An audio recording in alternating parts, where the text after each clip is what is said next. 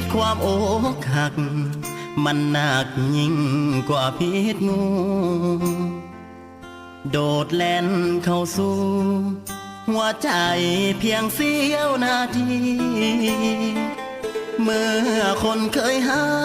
กเขาหอบเอาความหักนี้เจ็บแสบอีหลีเหมือนมีเหล็กแหลมแทงใจได้แต่แนมทาหักจางเจ้าวางให้เห็นเศษใจกระเด็นบ่เห็นน้องเหลือเอาไว้ทิมคนเคยหักตีจากไปหาคนใหม่เสือแห้งว่าเจ้าหักอายสุดท้ายก็เลยต้องซ้ำแม่เอ้ยแม่เอ้ยสวยลูกแม่แดงสิตายแท้ๆลู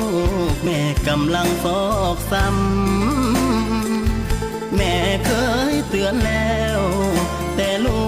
กบ่ทันคิดงามต้องหอบความซ้ำตามคำอีแม่เคยเว้าหนีความเจ็บหนักมาพักที่ตักแม่เฮาตัดใจ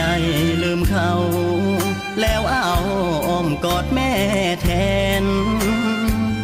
จากนี้ต่อไปลูกสิบ่คิดเรื่องแฟนสิเหตุใจให้นักแน่น